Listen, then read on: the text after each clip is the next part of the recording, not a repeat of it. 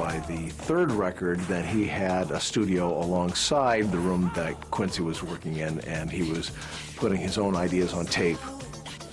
And then his, what do I want to say, his confidence in his ideas was expanding incredibly.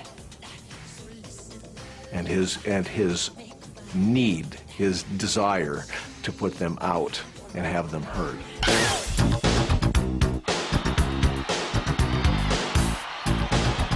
If Jackson's musical ideas were rapidly expanding, so were his plans for increasingly elaborate and expensive live shows.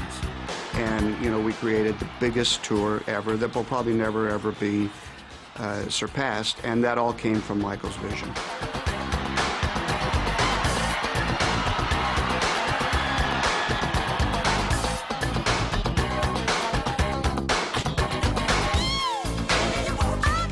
He sees the entire thing. He knows exactly what he wants and exactly what he wants to do, and that's really expensive.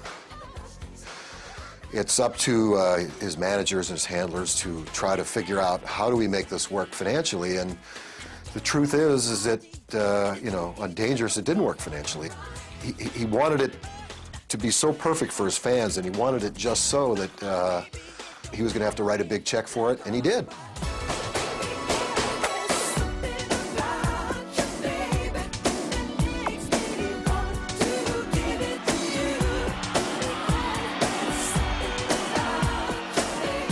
Big didn't mean anything. Bigger meant something, but biggest became, you know, the synonym around the office. Michael had this idea to end Dangerous that he wanted to fly off the stage with a rocket strapped to his back, and we all looked at each other and just went, what?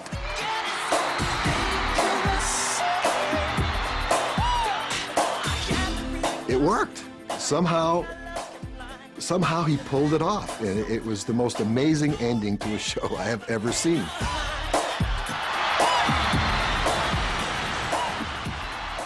Jackson would never again reach such heights of popularity as tabloid stories about his private life began to proliferate. I don't know any longer what the truth is about Michael Jackson and what's purely fictitious.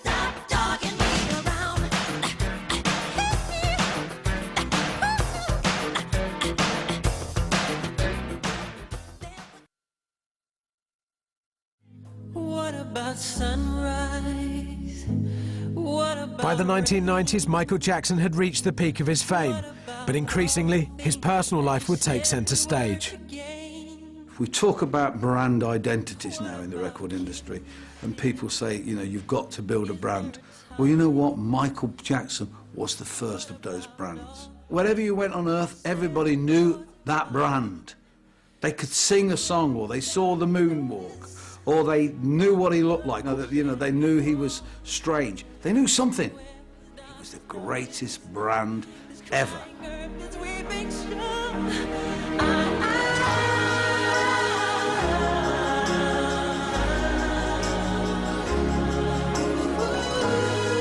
Part of that brand had always been Jackson's particular style of showmanship, including his choice of pets.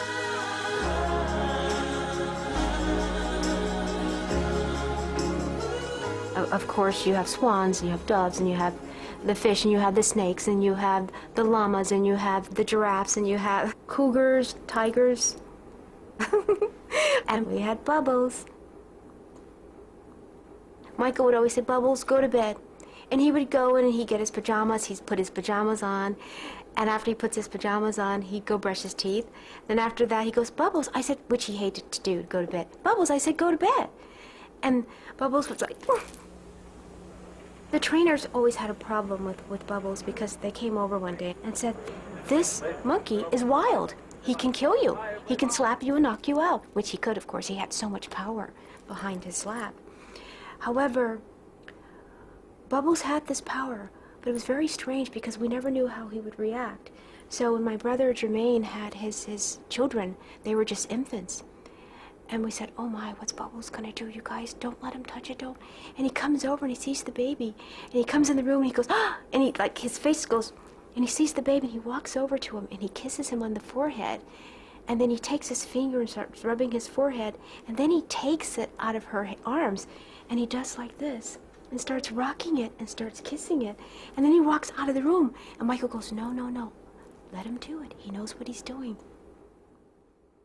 We went over to Michael's house to play a bass part on one of Michael's tunes.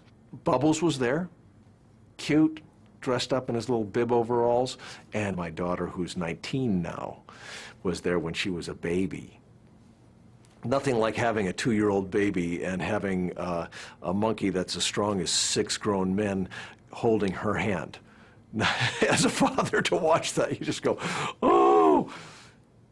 The monkey gave something extra to be in the news with. He, you know, that's part of his job, is how to capture the media's attention. Jackson was proving to be an expert at courting publicity, but not without a price. With Michael, when he's out there by himself, it's like stopping traffic. It gets really, really tough, really tough. I mean, we all go to the ranch. Him and my kids have water fights, and they throw in balloons with water on you, and they running around having fun. And at the same time, when you step outside of that ranch, you're being watched all the time. The eyes are on you. When something happens and it's out there, some crazy rumor, something, whatever, we find out by the helicopters flying over the house. And the next thing you know, the house is on the news and there's something going on.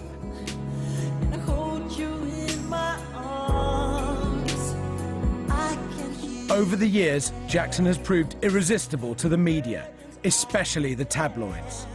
Stories of the plastic surgery, the increasingly pale skin, the ill-fated marriages to Lisa Marie Presley, and later to Debbie Rowe, as well as, of course, the birth of Jackson's children. All have made headlines around the world.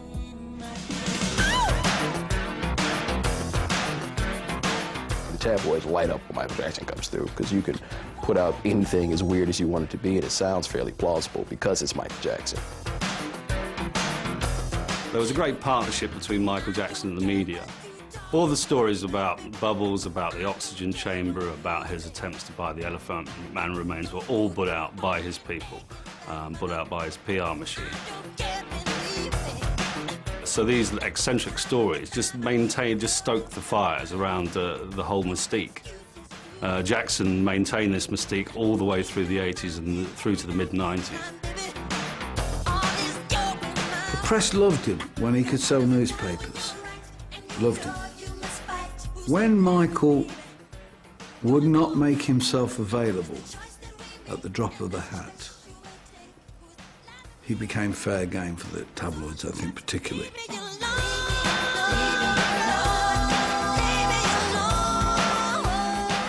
I don't know any longer what the truth is about Michael Jackson and what's purely fictitious. The bottom line is that Jackson decided that he needed to get out there more, i.e. do more interviews. The problem with that is that, once again, he came across as just odd. I don't think he's necessarily to blame for this. This is a guy, remember, that has been famous since he was about 6 years of age. He has never known any normality as you or I would know it. We made him that famous. We kept taking pieces of him, you know. We kept saying, no, Michael, you can't have no family. No, Michael, you know, you can't go over there and eat. No, Michael, you can't go to the movie.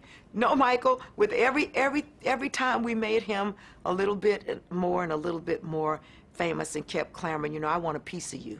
Yes, we loved him, and we still do love him, you know, but look what we did. If you live your life in public and exploit your public image, then you've got to take the good with the bad. The 1993 molestation case was the crossroads for Michael Jackson. This was the moment when everything went sour in the garden of his particular Eden. The pop star Michael Jackson will not face charges of child sexual abuse because the boy at the center of allegations against him has refused to testify. A civil suit ended with an out-of-court settlement. But despite the release of a new single with a state-of-the-art video, the scandal was not about to die down.